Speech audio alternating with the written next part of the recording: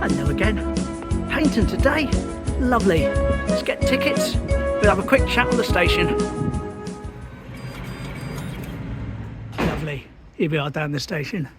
Not doing photos from the book today because this is a kind of a separate video. But I do want to stop for a moment and wish Elaine in the comments a very, very happy birthday. Today, the day this video comes out. Lovely. Of course, you never ask a lady her age. But I'm not sure how old she is. But however old you are, you're as old as you feel. Cheers, Elaine. Thanks for watching. Here we go. This is mine. Hopefully it contains Andy. It'd be a bit funny if it didn't. All good. Right. See you in Paignton.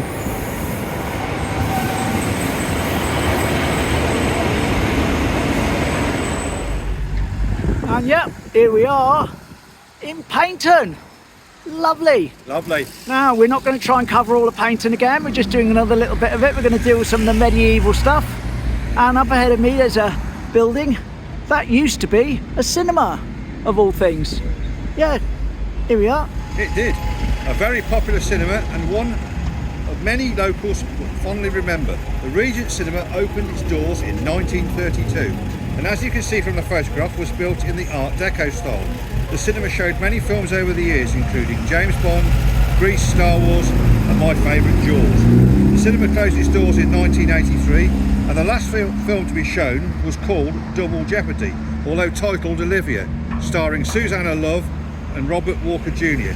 It was demolished in 1987. Now, walking down towards the crossing, but we're not going that way this time. We're going this way.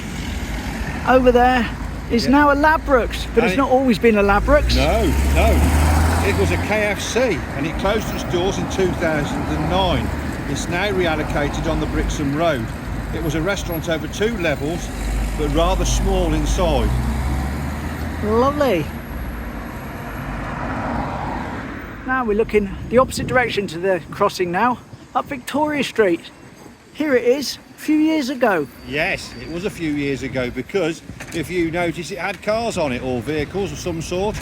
It's now a pedestrianised street, and this photo was taken in about the 1900s.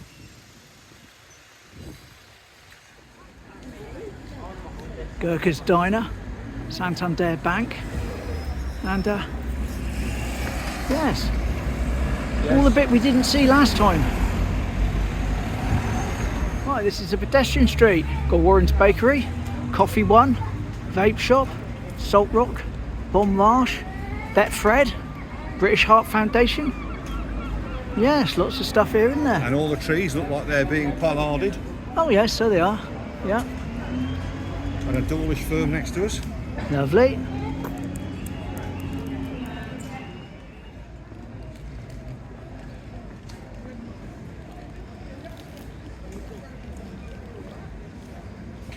Iceland. I got a delivery coming from them later on tonight. And next door is a Greggs. And a Boots.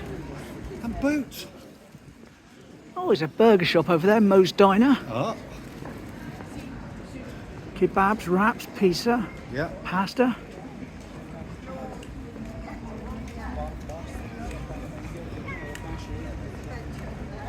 Now we're at the top of the pedestrian bit. Those houses there, up the top, buildings, that's what you're going to focus in on. They'll be at the top of the picture. And here we go. Yeah, so we're looking from the top of now Victoria Street down into Palace Avenue. And in the middle of the road you can see a policeman conducting things. Now this photo was probably taken in about the late 1800s, I would have thought. There was no date on it. But what a difference today, from today.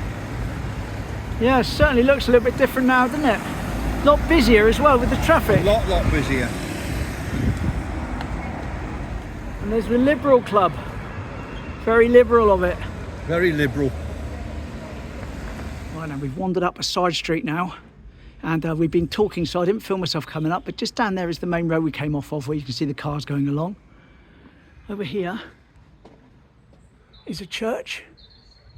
And this is what I can see in front of me with the old wall. Yes, now you're coming into it. The palace walls originate from the 14th century and housed the Bishop's Palace, which resident of the Bishop of Exeter until the 16th century. These are all that remain of the palace today, along with the tower on the corner, but still house the Coverdale Centre and a Grade II listed vicarage. And here's the tower from a slightly different angle, and I want you to imagine just up there behind those trees at the end of the road you can see another tower for the church, and here's the old photo. Coverdale Tower, Bishop's Tower, built by Bishop Osborne 1072 to 1103, was part of the Bishop's Palace, which in turn was part of the Manor of Paignton, held for over 500 years by the Diocese of Exeter. And so, King Henry VIII seized the manor from the church in 1545 and gave it to Thomas Speke, who held it until 1557. The tower has been held by many over the years, and in 1977, Torbay Council entered into a deed of guardianship, and the tower became an ancient monument. By 2003, the tower had fallen into a dilapidated state, and a grant for the National Lottery was approved. The tower, after obtaining the lottery grant, was put back into good repair by 2007 and is now in the custodianship of the Paignton Heritage Society. lovely. Let's take a look at this church then that's hiding behind the tree. The medieval lodging block, long thought to be part of the tower or Bishop's grain store. And this is right by the church there. Yes. And there's some information if you want to pause and read any of it, saying all about it. Paignton Palace, medieval Bishop's Hall. And there's like the remains. Remains of what they probably thought was a tower, once was a tower, or actually turned out to be a grain store. It's a little bit foggy on it. Houses along the other side of the churchyard, which we're going to go into in a sec. Look at that lovely blossom. Beautiful. It's like a flowering cherry. It's beautiful. Here we are, this is the entrance Yes. to the churchyard, which apparently is locked up. No, you come this way. Oh, that's better. Isn't it beautiful? It's lovely. And this is right in the middle of the town. Yeah, slap bang in the middle. Wouldn't have known any of this was here. Absolutely beautiful. Thought and contemplation.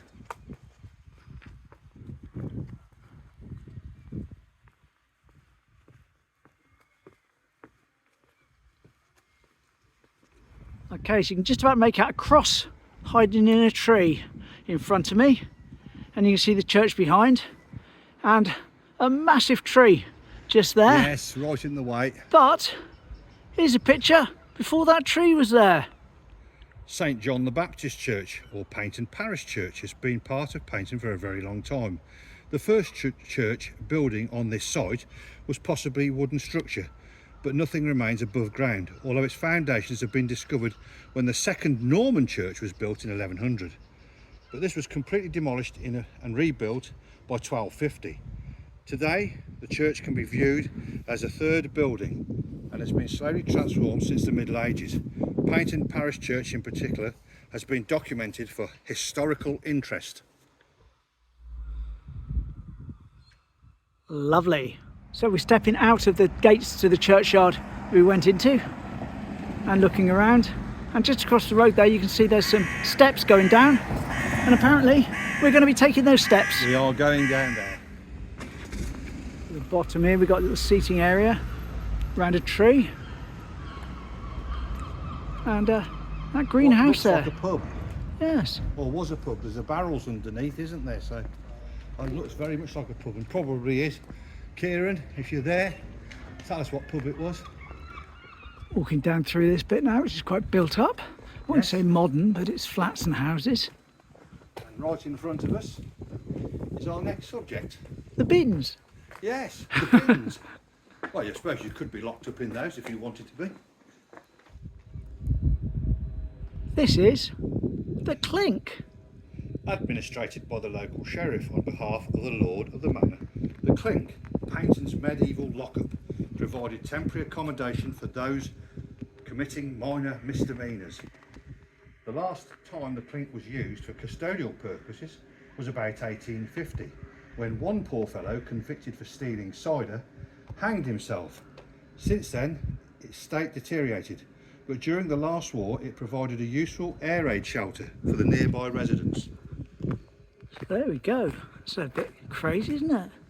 It is very crazy, right in the middle of a housing estate. You think they'd have built it somewhere else? Yes, The residents would have complained. they would have. Okay, walking out of the little sort of housing estate we've come from, which was where the clink was, onto slightly more modern roads. Kirkham House now, an ancient monument. Doesn't it look lovely? This well-preserved late medieval house, built of local stone, lies near the town centre and is believed to have been part of the church, as local stories say. It was called a priest house as well, in the manor of Paignton. In the house there were two lavas where the monks would wash their hands before and after a meal. They were removed by the local vicar, who decided it belonged to the church. After the Reformation, the house was removed from the church ownership and transferred to a wealthy buyer, who may have been William Herbert, Earl of Pembroke, who owned most of the manor. The house was extended and renovated, but little is known until the 1840s, when a farmer, William Silby, was the occupier. The house was called Dashper's in the early 20th century. The Paignton Gas Company knocked down the houses across the street to extend the property, which is now called Kirkham House. By the 1930s, the town needed bigger gasworks, so it and its workers moved to Hollycombe. After many different owners, the house was renovated by the English Heritage in the 1960s, and furniture was made for the house in the 1980s. The house is normally open for the public on Sundays in July and August, and bank holidays from April to October between 1 and 4. Lovely. Now you know how to get to that. Just go past the clink. So that concludes our little medieval tour of Paignton. We're going to walk back down this way now, back in a loop towards the station. Lovely. And on the way down, I'll take a few shots here and there, but we will possibly be up again covering this area at a later date. There's another area that we haven't covered in any detail. No. Well, we'll be sort of moving into the more about the Singer family and the coming of the Palace Theatre and things like that, which around this area. Another church up there. And on the way down we noticed this.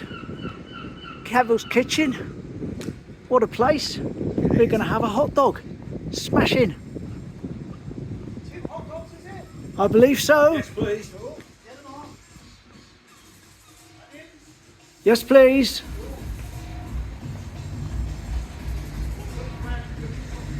Lovely.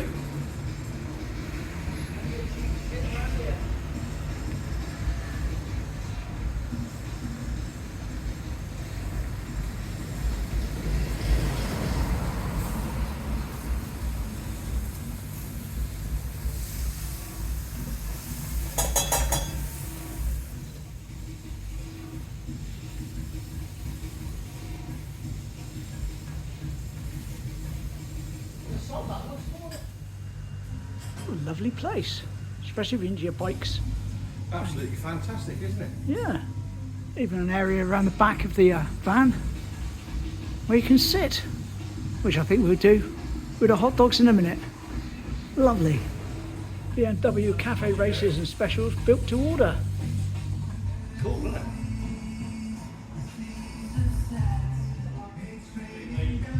Mine have started already. Mouthful. There's mine. And there's Andy's. Lovely. That's only a tenner, £5 each. Marvellous. Smash in. That's great value. How good is that? Yeah, that's what you want to do. You know what? You don't want to kill people. You don't want to chase them out the... Exactly. People haven't got the money, so I'd rather serve them good food at reasonable prices. Well, you just said all from your butchers. Very nice. Yeah, they are from Palace Avenue Butchers. That's right. So butcher sausages and bacon, farm eggs, even the burgers, all brand Marvellous. steak from local farms. great food, lovely local people. Lovely, thank you. Well, we should enjoy this. So I'm Kev from Kevils Kitchen and Speed Shop. Been in this actual workshop for 15 years, and a few weeks ago we decided to open this awesome street food van. We serve breakfast and lunches from 8 in the morning till 2:30 in the afternoon. We do lovely bacon rolls, hot dogs, smash burgers, dirty fries. All our produce is locally sourced. We use butcher sausages and steak mince from the local butchers for our burgers, and we hope you will visit us soon. And the food is lovely. I'm walking back down now towards the station. Yes.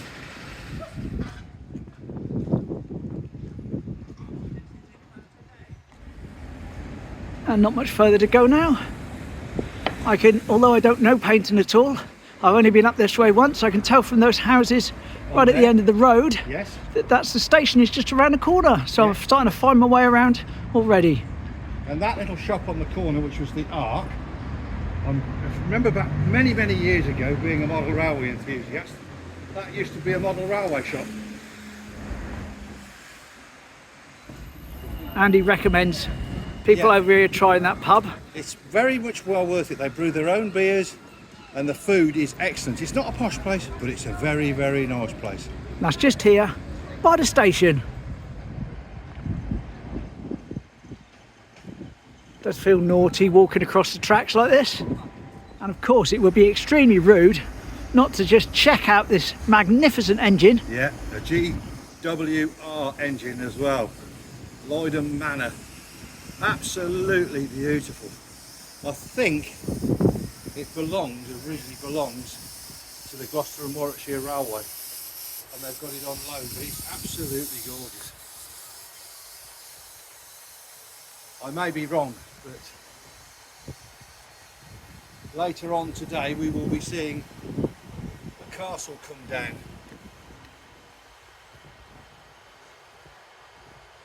These were what powered the Great Western Railway. Magical things. Look at the paintwork on that.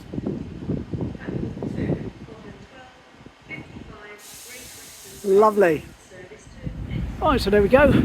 Back in now to get our train, which I believe is waiting for us, which is very nice of it. Here's our tracker map for you to look at. So there we go, that's where we went today, totally in the opposite direction to normal. Haven't been down the front at all, as you know. Enjoyed that. Nice little wander. Back in Station Square. And a lovely hot dog. Excellent. So here we go, as we go to get onto our train. We'll just give you a sign off and say thank you very much for joining us in Paignton. And we'll be back again at some point. Yep. Cheers for watching. Bye. Bye bye.